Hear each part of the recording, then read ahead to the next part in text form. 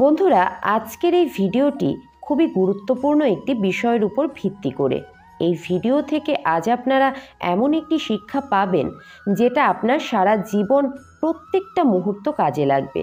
তাই ভিডিওর কথাগুলো খুব মন দিয়ে শুনুন এবং ভিডিওটি সম্পূর্ণ দেখার পর প্রশ্ন করবেন, আগে নয়। তাহলে চলুন শুরু করা যাক। এক দরিদ্র ব্রাহ্মণ ভ্রমণ করতে করতে রাস্তা দিয়ে হাঁটছিলেন। অনেকটা হাঁটার পর তার খিদে পেয়ে গেল। বড় বড় মহল, প্রাসাদ এবং অট্টালিকা দেখে ব্রাহ্মণ কিছু খাবার জন্য ভিক্ষা চাইতে গেল, কিন্তু কেউ দুমুঠো খাবারও দিল না। সময় গড়িয়ে সকাল থেকে দুপুর হয়ে গেল। তখন ব্রাহ্মণ দুঃখী হয়ে একটা গাছের নিচে বসে ভাগ্যকে দোষ দিতে লাগলো। মনে মনে বিড়বিড় করে বলতে লাগলো, হে ঠাকুর, আমার ভাগ্যটা এতটাই খারাপ, এত বড় শহরে আজ আমার দুমুঠো খাবারও জুটল না। ওই সাধু ব্রাহ্মণের বিড়বিড় করা কথা শুনতে পেয়ে বলল, ব্রাহ্মণ, তুমি এই পশুগুলোর থেকে কেন ভিক্ষা চাইছো? এটি শুনে ব্রাহ্মণ আশ্চর্য হয়ে বলল, এ আপনি কি বলছেন? আমি বড় বাড়িগুলোতে থাকা মানুষগুলোর কাছ থেকে ভিক্ষা চেয়েছি। এবার ওই সাধু বলল, মানুষের শরীরের মতো দেখতে থাকা মানুষগুলো সব মানুষ হয় না। সে এখনও তার পূর্বজন্মের হিসেব থেকেই বেঁচে আছে। কোনো ব্যক্তি সিংহের যোনি থেকে এসেছে, তো কোনো ব্যক্তি কুকুরের যোনি থেকে এসেছে, কেউ আবার হরিণের যোনি থেকে এসেছে, আবার কেউ গাই বা মহিষের যোনি থেকে এসেছে। এদের আকৃতি মানব শরীরের মতো হলেও এদের মধ্যে মনুষ্যত্ব বিরাজ করছে না। তাই যতক্ষণ একজন মানুষের মধ্যে মনুষ্যত্ব আসবে না, ততক্ষণ পর্যন্ত অন্য মানুষের ব্যথাকে বুঝতে পারবে না। তুমি তো মানুষের কাছে নয়, পশুর কাছে ভিক্ষা চেয়েছ। এবার ওই ব্রাহ্মণের শরীর দুঃখে ভরে ওঠে। ওই সিদ্ধ সাধু দূরদৃষ্টি সম্পন্ন ছিলেন। এবার ওই সাধু তার ঝোলা থেকে একটি চশমা বের করে ওই ব্রাহ্মণের হাতে দিয়ে বলল, তুমি এটি পরে যাকে দেখতে মানুষ মনে হবে তার কাছে ভিক্ষা চাও, তারপর দেখো কি হয়। এরপর সেই সাধু সেখান থেকে চলে যায়। এবার ওই দরিদ্র ব্রাহ্মণ যেখানে সে আগে গিয়েছিল তিনি আবার সেখানে গেলেন। সেই চশমাটা পরে ভালো করে দেখল, কেউ কুকুর, কেউ বিড়াল, তো কেউ সিংহ, যাদের আকৃতি তো মানুষের মতো, কিন্তু তাদের সংস্কার, তাদের আচরণ পশুর মতো। মানুষ হয়েও মনুষ্যত্বের সংস্কার তাদের মধ্যে বিন্দু মাত্র নেই। এভাবে ঘুরতে ঘুরতে সে দেখতে পেল এক মুচি জুতো সেলাই করছে। এবার ব্রাহ্মণ তার দিব্য চশমা পরে দেখল যে ওই মুচির মধ্যে মনুষ্যত্ব দেখা যাচ্ছে। ব্রাহ্মণ এবার মুচির কাছে গিয়ে বলল, ভাই, আমার খুব খিদে পেয়েছে, আমাকে কিছু খেতে দেবে? আমি আজ সারা দিন ধরে কিছু খাইনি। এটা শুনে ওই মুচির চোখ দিয়ে জল গড়িয়ে পড়ল। মুচি বলল, হে প্রভুবর, আপনি ক্ষুধার্ত, আসুন আমার সাথে। আজ সারাদিন জুতো সেলাই করে সে যে কয়েকটি টাকা উপার্জন করেছিল তা নিয়ে সে একটা মিষ্টির দোকানে প্রবেশ করল। দোকানদারের হাতে টাকাগুলো দিয়ে বলল, এই নাও, এই টাকা দিয়ে যা কিছু মিষ্টি সন্দেশ হয় আমার এই ভগবানের সেবা করো, আমি একটু পরেই আসছি। এই বলে মুচি সেখান থেকে চলে যায়। এবারে মুচি নিজের হাতে তৈরি করা জুতো বিক্রি করার জন্য রাস্তার পাশে বসে পড়ল। এদিকে ওই রাজ্যের রাজা জুতোর খুব শৌখিন ছিলেন। সে ওই দিনও জুতো নেওয়ার জন্য বাজারে এলো। বিভিন্ন ধরনের জুতো দেখে তার পছন্দ হলো না। কোনোটা ছোট, কোনোটা বড়, বা কোনোটার ডিজাইন তার পছন্দ হলো না। এবার রাজা ক্রুদ্ধ হয়ে মন্ত্রীকে বলল, এবার যদি কোনো ভালো জুতো দেখতে পাই তাহলে আমি তাকে পুরস্কার দেব, আর যদি না পাই তাহলে মন্ত্রী, আজ তোমার রক্ষে নেই। এবার মন্ত্রীর চোখ পড়ল ওই মুচির উপর। মন্ত্রী এবার ওই মুচির থেকে জুতো নিল আর রাজার কাছে ফিরে এলো, এবং রাজা ওই জুতো দেখে খুবই খুশি হলেন। রাজার খুব পছন্দ হলো জুতো জোড়া। এমন মনে হয়েছিল যেন জুতো তার জন্য তৈরি করা হয়েছে।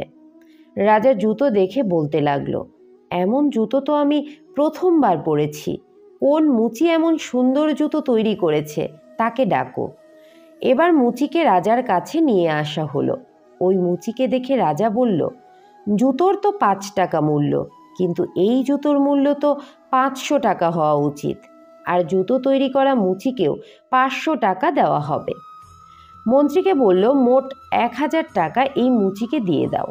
এবার মুচি হাত জোড় করে বলল, রাজামশাই, এই জুতো আমার নয়, এটি যার জুতো আমি তাকে এক্ষুনি নিয়ে আসছি। মুচি গিয়ে এবার বিনয়ের সঙ্গে ব্রাহ্মণকে রাজার কাছে নিয়ে আসে, আর রাজাকে বলে, রাজামশাই, এই জুতো এনার। রাজা আশ্চর্য হয়ে বলল, এ তো ব্রাহ্মণ, এর জুতো কিভাবে হতে পারে? জুতো তো তুমি বিক্রি করছিলে।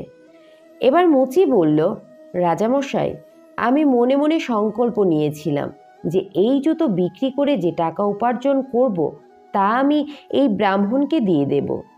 ওনার টাকার খুব দরকার, তাই ওই টাকা ব্রাহ্মণের প্রাপ্য। আমি কিভাবে এই টাকা নিতে পারি? তাই আমি ওনাকে সঙ্গে করে নিয়ে এসেছি।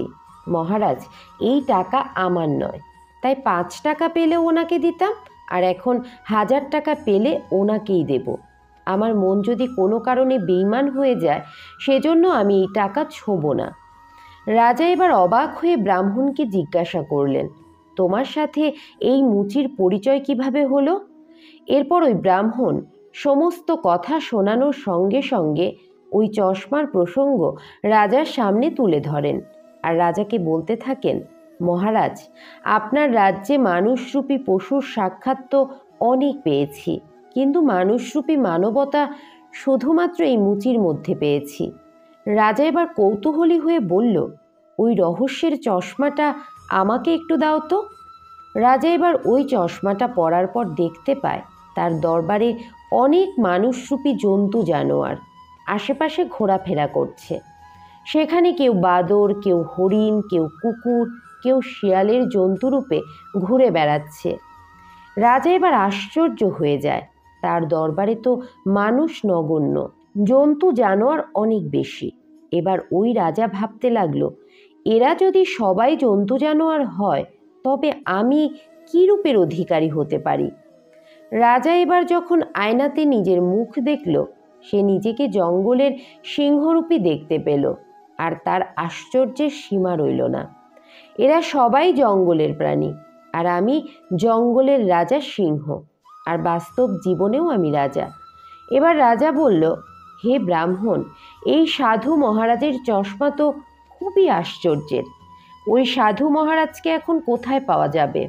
এরপর ব্রাহ্মণ বলল, উনি তো যে কোনো স্থানে থাকতে পারেন।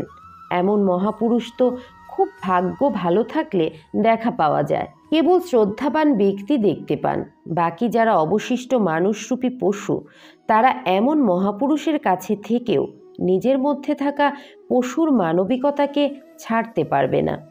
ওই ব্রাহ্মণ আরও বলতে থাকে, মহারাজ, এখন তো চশমা ছাড়াও মানুষের রূপকে চিনতে পারা সম্ভব, কারণ ওই মানুষের আচার ব্যবহার দেখেই বোঝা সম্ভব যে সে কোন যোনি থেকে জন্ম নিয়েছে।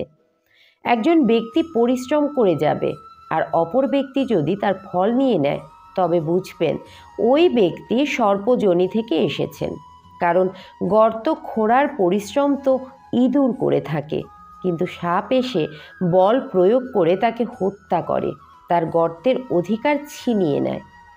এখন ওই চশমা ছাড়াও মানুষের বিবেকের চশমাকে দেখা যেতে পারে, তাই অন্যের বিবেককেও দেখুন আর নিজের বিবেককেও দেখুন, তবেই বুঝতে পারবেন আপনি সর্পযোনি থেকে এসেছেন নাকি সিংহের যোনি থেকে এসেছেন, নাকি সত্যিকারের মনুষ্যযোনির মানবিকতা আপনার মধ্যে আছে। যদি আপনার মধ্যে পশুর আচরণ থাকে, তা সত্ত্বেও আপনি যদি মানবিক মনুষ্যত্ব বদলাতে চান, তাহলে পশুর সংস্কারকে বাইরে বের করে মনুষ্যত্বের সংস্কার ভেতরে নিয়ে আসুন, তবে আপনার আর সাধুর চশমার দরকার পড়বে না। আপনি আপনার বিবেকের চশমা দিয়েই সব দেখতে পাবেন। আত্মজন্ম মানবতাতে যে ব্যক্তি পূর্ণ, তাকেই মনুষ্য বলা হয়ে থাকে। মানবতাহীন মানুষ এক জানোয়ার বা পশুর সমান হয়ে থাকে। বন্ধুরা, আজ এই পর্যন্তই। ভিডিওটি যদি ভালো লেগে থাকে তাহলে অবশ্যই একটি লাইক করবেন এবং কমেন্টে লিখবেন জয় শ্রীকৃষ্ণ, আর ভিডিওটি শেয়ার করে দেবেন যাতে সবাই উপকৃত হতে পারে।